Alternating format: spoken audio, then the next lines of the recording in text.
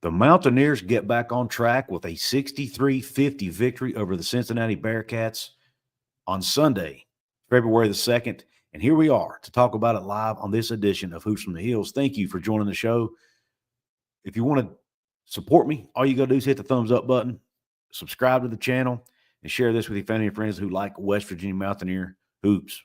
This is Hoops from the Hills, part of the Couz Corner family of channels, where we cover West Virginia Mountaineer basketball all season long. I was so glad to see the Mountaineers get back on track. They were on a 3-game losing streak going in, obviously, had been struggling. They had lost to Arizona State at home. They had lost to Kansas State on the road, and then they had come back and lost to Houston in Morgantown. So they had lost 3 straight games, 2 of those games being at home. Obviously, the Houston game wasn't, to lose the Houston game was not that big of a deal. It was the fact that they started off with such a wide margin. They were down, I think it was 24, 25 points at half. I was obviously excited about the way they came out and played in the second half against Houston. They actually won the second half against the Cougars. And to me, that was kind of a catapult that got them to this game against the Bearcats. And I do want to admit, I actually probably need to be hiding right now under the table because I actually thought West Virginia would lose this game. I did not see them coming out and playing the way they did. I didn't think they played bad per se, but I did not think Cincinnati was as bad as their record had showed. And, sometimes I'm guilty of looking too much at stats. Stats do not always tell the story. But when you looked at this game on paper, I felt like Cincinnati was a bad matchup for West Virginia. And boy, was I wrong. I was totally wrong, and I will take the loss on this. I think it's that way. Yeah, I'll take the loss because I was totally wrong. West Virginia absolutely blows out Cincinnati, dominates the entire game. Now, they did get a little bit sloppy in the second half, allowed Cincinnati to get back in it, but for the most part, they controlled the basketball game from the opening tip to the final buzzer, and that's good to see. That's what you need. That's good basketball teams win games they're supposed to win, and they win them in dominating fashion. They did that. And they did it on the road. This was a quad 1 win. This is a quality win. Yes, Cincinnati's record wasn't awesome, but it's a quad 1 win. And at the end of the season, those quad 1 wins add up. That's what helps get you into the tournament. So if this team can continue on this same path they're on, they should theoretically get into March Madness and get into the NCAA tournament. So that's something I'm very excited about. But let's go ahead and talk about the game specifically. We'll start by looking at the stats like we always do. West Virginia obviously outscored Cincinnati 40-25 in the first half, and were outscored 25-23 in the second half. But again, they controlled most of the game. West Virginia stats will be on the left because they were the visiting team. Cincinnati stats on the right. By the way, as you can see, Cincinnati drops to 12-9 on the season, 2-8 in league play. West Virginia improves to 14-7 in overall, 5-5 in league play. Field goals, West Virginia was 25 of 51, 49% from the floor. So a really, really good shooting night. I said West Virginia needed to make shots, and they needed to make 3-point shots. And as you'll see, boy, did they do that. They were 50% from 3-point range. They shot better from 3-point range than they did 2-point range.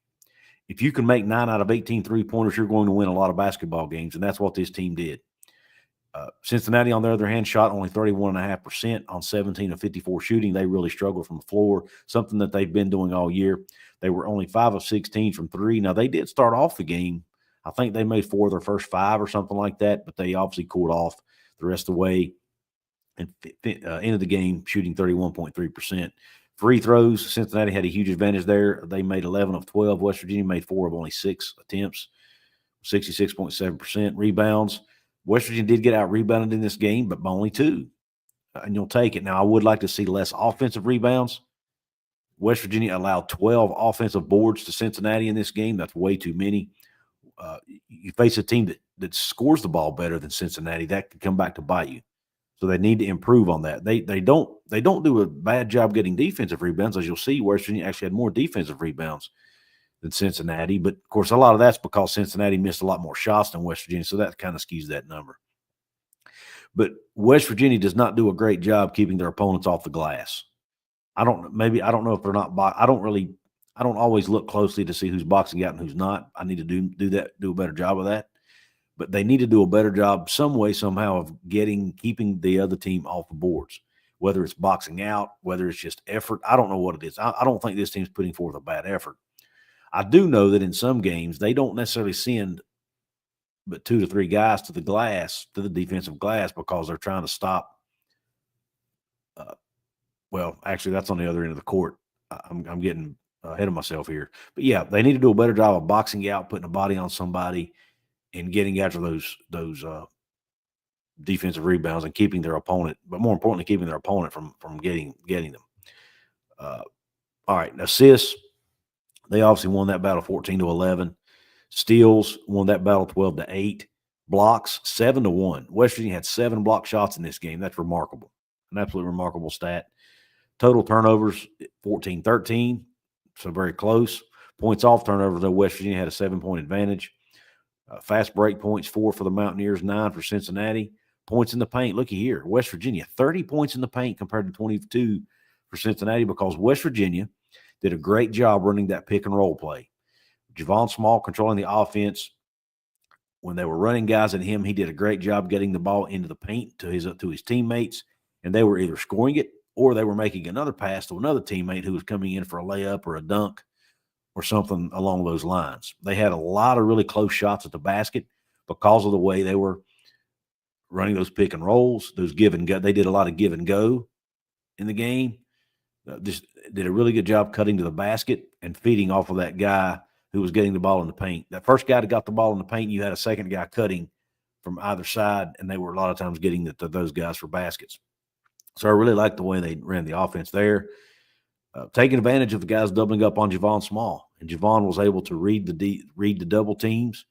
A lot of times he saw them before they came and was able to get rid of the basketball and distribute the ball well.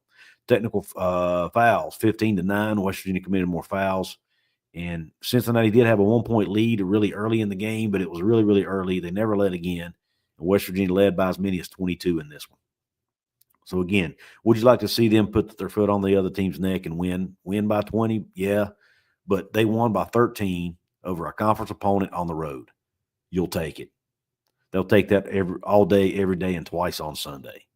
So let's look at some individual performances, and this is where I really want to I'll give some shout-outs here. Let's start off with Cincinnati and losing effort. Day Thomas ended up getting the start. He had been coming off the bench. He got the start in this game, got 10 points, 4 rebounds, 4 steals. So great, really good game for Day Thomas. 4 steals is really, really good. Then you look at they had nobody else in double figures. They just struggled to shoot the ball. Dylan Mitchell did have 10 rebounds to go along with 6 points. Really no other stats that really stand out for the Bearcats, really. Just struggled across the board. Let's go up and look at West Virginia. Obviously, Javon Small did his thing. What I'll call a quiet 19 points on 4 of 7 from 3, 3 of 4 from the free throw line, 6 of 14 from the floor, to go along with 9 assists. Man, he was just 1 assist away from a double-double. He also got himself 2 blocks and 2 steals. Just continues to stuff the stat sheet, does Javon Small. Want to give a special shout-out here. Let's go down to the bench here for a minute and look at Joseph Yesufu. Joseph Yesufu provided that scoring spark off the bench. West Virginia needs somebody to step up and be their second scorer. Once again, it was Joseph Yesufu, putting in 16 points on 6 of 6 shooting, 4 of 4 from the three-point range. A perfect shooting night for Joseph Yesufu. Also pulled down 4 rebounds. This is a guy who stands what? Let me look at his size here. He's 6 foot tall, and he pulled down 4 rebounds. Was tied for second on team in rebounding. That's flat out effort right there from Joseph Yesufu. And to top it all off, Joseph Yesufu, according to Coach DeVries, has been dealing with some personal issues in his life. So the fact that he's been dealing with personal issues and he still comes out and plays the way he played in his 15 minutes, he really, really sparked this team and gave them that second scoring option to keep them from being able to focus everything on Javon Small. So hats off to Joseph Yesufu. Some other guys of note, Toby O'Connie scored 8 points, pulled down 3 rebounds. Monty Hansberry had an 11-rebound day, so great job. He did his job getting rebounds.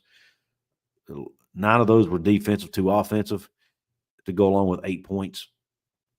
Jonathan Powell had 7 points on 3 of 5 shooting, to go along with 4 rebounds and a couple steals. Sincere Harris continues to play just absolute lockdown defense, gets 4 steals and a block. Didn't have any points, but man alive, what he does with his on the defensive end of the floor, to me, more than makes up for the games where he struggles offensively.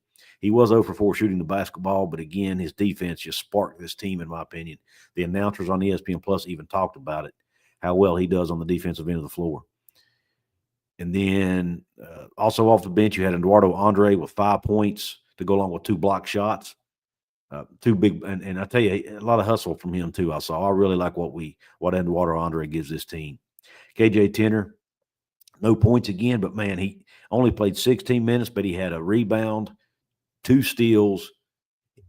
If you guys watch, if you guys really pay attention when KJ Tenner's in the game, he just does the subtle little things that help this basketball team. Like, he may not get steals a lot of times, but like I've seen him, he'll poke balls away from the guy, from the ball handler, and one of his teammates that will get it, and they'll end up with some fast break points, or at least get an extra possession.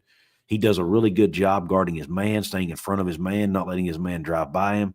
He has really good lateral quickness. I'm very impressed with KJ Tenner. I really, really love this young man and what he brings to this team, and the future to me is really bright. If he can be more consistent scoring the basketball, he doesn't really shoot a whole lot. I'd like to see him shoot the ball a little bit more. If he can be more consistent scoring the basketball, I really think he could be the future at the point guard position for this basketball team, and I like what he brings to the table. So I think the future is bright there with KJ Tenner, a true freshman, by the way. So those are some of the strong individual performances, really. Again, hats off to this team for getting back on the winning track. And, every team in this league is going to go through a stretch where they don't play as well as they are accustomed to playing, or playing up to expectations. West Virginia went through that stretch last week, dropping 3 straight games. Hopefully that's behind them, and we don't see that again. And what I really like to see, if this team could potentially, as we get into the second half of Big 12 play, we're exactly halfway through conference play, I'd love to see this team get hot and start playing their best basketball late in the season. That's really what you want. You want a team going into March playing their best ball. And let's keep our fingers crossed and hope that that's what we see from this Mountaineer team. And I really think they could be. I don't want to jump to conclusions or get too overly excited here, but they could be on their way to doing that. And that excites me. Let's go ahead and jump into the chat here to see what you guys have to say. I do have a super chat here from Mark Painter. Mark, I really appreciate you, brother. He says, "Don't hide, bro. Truth is truth." Yeah, I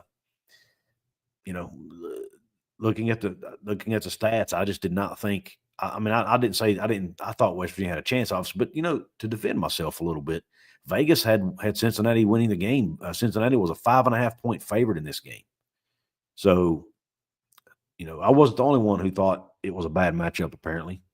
But West Virginia proved me wrong, and proved a lot of other people wrong as well, and got that W over the Bearcats. And again, Mark, I really appreciate your continued support for the show, man. It means a lot. If you guys want to make sure your comment gets read and support the show, you can drop a super chat in the comment box. Hit the $, leave your comment. It'll highlight it, and it's, like I said, it's an easy way to support the show. WVU fan 13 in the house says, the only thing that concerns me is those scoring droughts, especially closing out the regular season. Yeah, they still had at least one scoring drought I know of in the game, maybe a couple that were like 2.5, 3 minutes long, if not a little longer than that. So, yeah, I totally get it. But, by the way, I haven't had Mountain Dew for a long, long time. It used to be my favorite soda, or pop. I call it pop most of the time. But I've pretty much given up pop for the most part. But today I was traveling for work, and I wanted something different. I was like, man, and I heard that Mountain Dew had come out with this Mountain Dew Zero, and I'm on a little bit of I'm trying to watch my carb intake. So I thought, man, I'm going to try this Mountain Dew Zero. And boy, I'm telling you what, it is really good.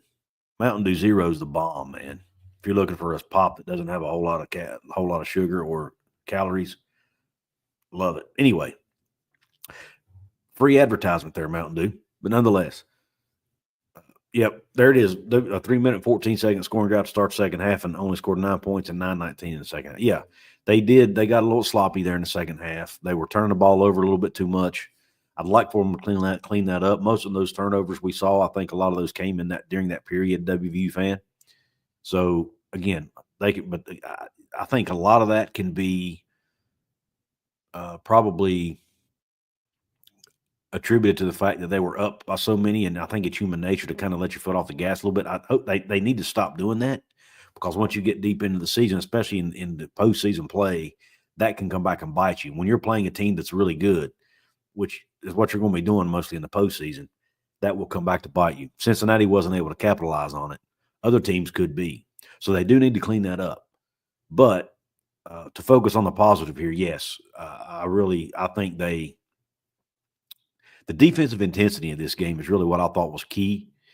Of course, making three-pointers didn't hurt either. Javon Small came out hot. I think he made 3 straight threes, or made his first 3 threes that he attempted. He made, I think, and that really got I think that got the whole team's confidence built up. And then they kind of rolled from there. And then their defensive intensity kind of picked up where they left off in the second half of that Houston game, led by Sincere Harris and his just continued defensive tenacity is the best word for it that I can think of. Eric, I'm glad to see you got over the flu, my man. Stanley Metz says, I caught the last part. Good win. Only concern, 20-plus point lead, almost a comeback by Cincinnati, which deflated and the comeback stalled after the reffing issue. But more than overall, I liked what I seen. We're definitely a tourney team, barring a complete collapse. 19 should get us in, and winning out at 50% should do that. And I doubt very seriously we only win 50% of our remaining games. True. I think 5-5 the rest of the way gets West Virginia in. That would put them at 19 and 13. So I think that gets them in. I'd feel more comfortable if they go 6-4, 7-3. But I do think 5-5 gets them in. And the remaining schedule is very, very doable. Extremely doable. And by the way, it looks like I might be at the game Saturday in Morgantown. If anybody else going to be at the game Saturday? If so, maybe we can meet up. Kind of surprising. I actually won tickets to the game. See. Mark Painter's in the house. He says Oconee is not looking good to rebound. He should not be out front with Small and Tenner. And Andre is not going after boards now like before. Still just feels close, but not. Yeah, and I've said multiple shows, I love Eduardo Andre, the way he protects the rim, his hustle and his effort. But for whatever reason, he's not rebounding the ball at the level I'd like to see him. He's 6'11". When you're 6'11", you should be getting more rebounds than what he's getting. Let's just look real quick at his. And I'm not trying to be overly critical. I'm just, I'm being a fair critique of the young man. He's averaging 4.3 rebounds a game at 6'11". I'd like to see that number come up a lot. And in the last few games, though, he's not even hitting 4 in a lot of cases. This game, he only had 2. I think the last 3 games, he's not rebounding the ball at the level he was earlier in the season. Just like you said, the numbers are bearing that out. And so it's a great point, Mark.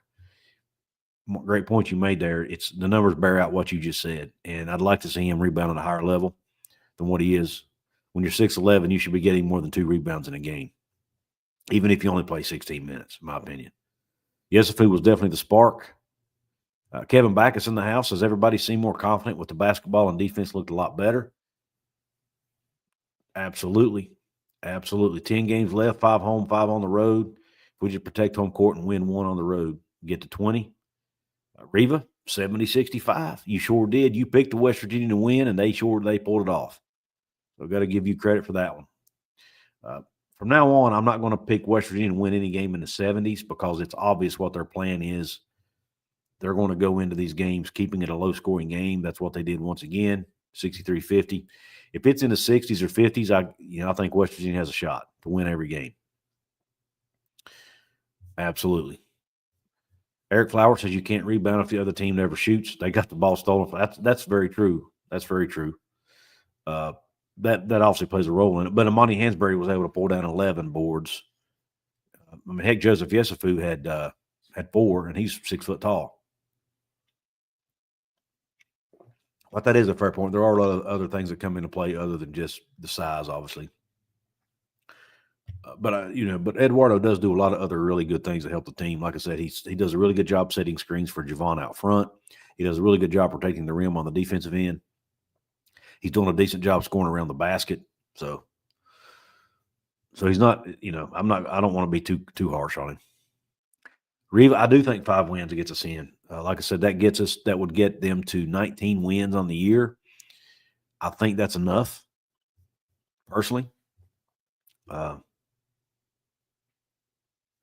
could have sworn that was their 15th win, but I guess I was wrong. But yeah, I think that gets them to 19, and I do think that'll get them in because of the amount of wins. They're 5-5 right now in quad 1 games. That's a lot. That's 5 quad 1 wins is pretty good. You'd obviously like to see a winning record there, but that's going to be still better than a lot of other teams. And as of right now, I think going into that game, Joe Lenardi had West Virginia as a 9 seed.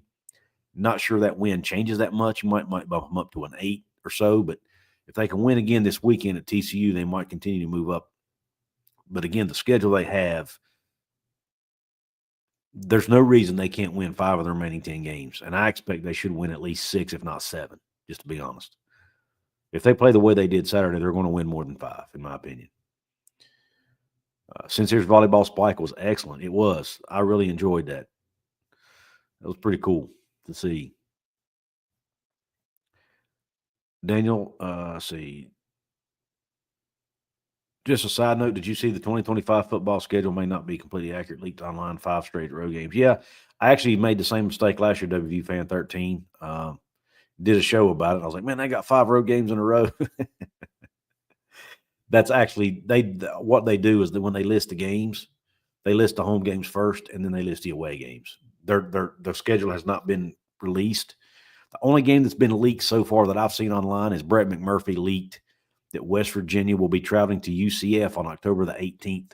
It will be Rich Rodriguez versus Scott Frost, the 2 quote-unquote retread coaches in the Big 12. So, no, it has not been officially announced. But you are not the only one who's done that. I did it last year. There have been several other people who have made the same comment to me. But that is not true. It's actually just the fact they just list them that way. Like Daniel said, it's just a placeholder. Daniel says if they win 6, a 20-win season for a first-year coach, I'll take it. Dang right, Daniel. I predicted 15 wins for the whole season coming in, and they're at 14 already. So they're going to surpass my prediction, barring a complete and utter collapse. They're definitely going to surpass my prediction, probably by a pretty big margin. I do want to make a quick announcement while it's on my mind. I am in the works of getting a brand new website set up. It's going to be hopefully a lot more professional, a lot better than the last one I had. I've got a local company working on it for me. I'll be sharing the name of that company with you at some point. But yeah, I'm excited about it. It's going to be a brand new, more professional looking website with blog posts and whatnot up there. Shanna Rose is going to continue to write articles for me over there, primarily covering basketball and baseball, some football as well. So be on the lookout for that. It hopefully will be a better place where you can find all of the Couz's Corner content and the Hoops from the Hills content all in one place. The name of the site is going to be wvsportschat.com. WV Sports Chat. It's not ready yet. It's in the works. I've purchased a domain.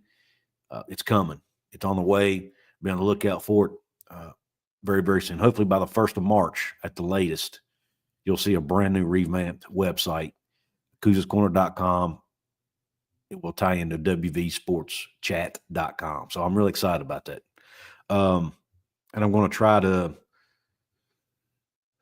get more written content out as well as video content. But it'll also be a place you can access videos, podcasts, and all that all in one location. Anyway, enough of that. John Kelly says, hey, Couz, I think the players feed off the Smalls' energy on both sides of the court, like the energy on the road. Absolutely, John. They played with the same amount of energy that you would see a team play with during a home game, in my opinion. You would have thought West Virginia was a home team with the amount of energy they were playing with in that game. Riva says she thinks West Virginia wins 65-60. I like the prediction. I like your optimism. Stanley says, glad to hear the good news. Congrats. Thank you. CD's got us 8 seed. I don't know who CD is, but thank you. That's good. Good to hear. CBS, I bet, is what you meant. CBS got us 8 seed. John Kelly likes us over TCU by 6. We can't overlook TCU. They're only 10-10 overall, but they have some talent on that team, and it is in TCU. It's a road game at Texas in a central time zone, so I'm not sure how that'll affect the guys. But I mean, they were able to go out in Colorado and win, so it shouldn't affect them too much. But yeah, I haven't done a game prediction yet. Not sure if I'll even get to one this week. But the game, it's hard to get a prediction video out for every game because they're so close together. But I at least want to bring you guys a recap. I'm hoping to get a preview out, maybe even have a TCU guest on the show to talk about it. We'll see. Working on some stuff. I don't know, Browns and Beers. I gave them some ideas, and I'm going to let those guys run with it. Obviously, I don't want to copy anybody, but you got to have something to use as a leverage point. But I gave them multiple ideas. Told them the ones I kind of like the best and the ones you guys like the best. Because if you remember, I did a poll about it on my Couz's Corner to my Couz's Corner VIP members. I did a poll and asked some ideas. I sent those ideas to them, and I'm going to let them run with it. But these guys are professionals at it, so I'm going to let them cook and see where it goes. Nothing. It's just really, this is I may even be sharing it earlier than I should, but we're still probably a couple weeks away from it being finalized. We've just been having the behind the scenes discussions, and I had to get the domains bought and all that stuff. But I'm excited about it. Texas Tech's definitely the hardest game left, Mark, in my opinion. That's going to be a tough one. This Texas Tech team's legit. Grant McCasland has that team playing really good basketball. I mean, that win over Iowa State was huge, especially considering their best player and their coach was both out of the game almost the entire time, outside the first, 4 minutes. So really, really sorry about that. Didn't mean to hit my mic. But, yeah, really, that's going to be a tough one. Going to be a real tough one. Tanner Track's Premier pops in, says, UC basketball team is really struggling. I room with one of the players as a UC student, and their morale is really low right now. I'm not taking anything away from our Mounties, because they played hard and deserved the W. Absolutely. And there was some really head-scratching coaching decisions, too, by them. They struggled to make shots. They were just in a bad place, man. Just was not a good day for Cincinnati. But West Virginia showed up. They showed up with energy. They shot 50% from three. If they can shoot the ball that well and play defense with that kind of energy in every game, I really like their chances in every game the rest of the way. I really do. Tanner, see. Timothy Green. What's up, Timothy? Thanks for joining the show, brother. He says, hey, bro, I wish you luck with your new show. Hope it works out fabulously. Play Scary Mountaineers. Yeah. I don't have a new show. It's my new website, Timothy. Sorry if I misspoke there. But, yes, WVSportsChat.com will be the name of the site. Couz'sCorner.com will also get you to the same site, by the way. I still have that domain as well.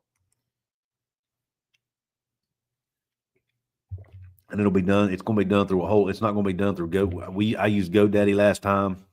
Was not happy with it, but I was brand new at this, so I didn't really know what I was doing. So we're using a different, I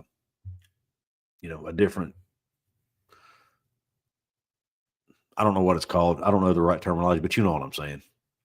The site that's being used to build the website is different. WV Fan 13 says they beat ranked Baylor on the road. We are favored by 2.5 right now. I hadn't even seen the spread on it. I'm going to look at the I did see the ESPN had us picked to lose the game, which I was really shocked about. Let's see. ESPN's still not giving West Virginia a ton of credit right now, but I understand it. I think they want to see us win consistently. TCU with a 53.9% chance to win according to ESPN matchup predictor, compared to 46.1 for the Mountaineers. And it's not showing but according to WV Fan, it's 2.5. So that's interesting. Thanks for sharing that. Reva thinks we'll win 7 more games. If West Virginia can pull off 7 more wins and get to 21, they're in. I think they're a shoe-in at that point. Especially, and let's not forget, they still have the Big 12 tournament coming up. They might reel off a couple wins in that too. If they could, I'd love if they could at least get a first-round bye in the Big 12 tournament. The way the top 8 teams in the league get a bye in the first round, and the top 4 get a bye in the first 2 rounds. I think it's the way it works. But so if West Virginia can at least finish in the top half, I really, really like their chances.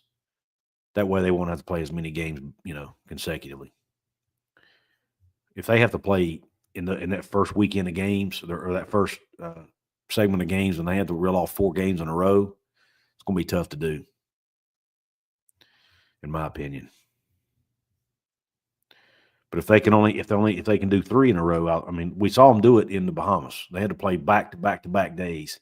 Now they had Tucker DeVries then. I get it, but still, they've been through that, right? It's not going to be a shock to their system. Not going to be a huge surprise to them. They know how to handle it.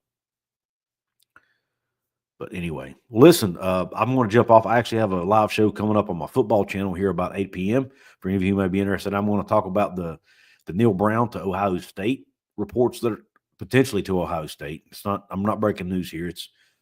Some of you may have seen it. There are reports that he's a candidate for the Ohio State OC job. I'm going to talk about that and give my thoughts on it.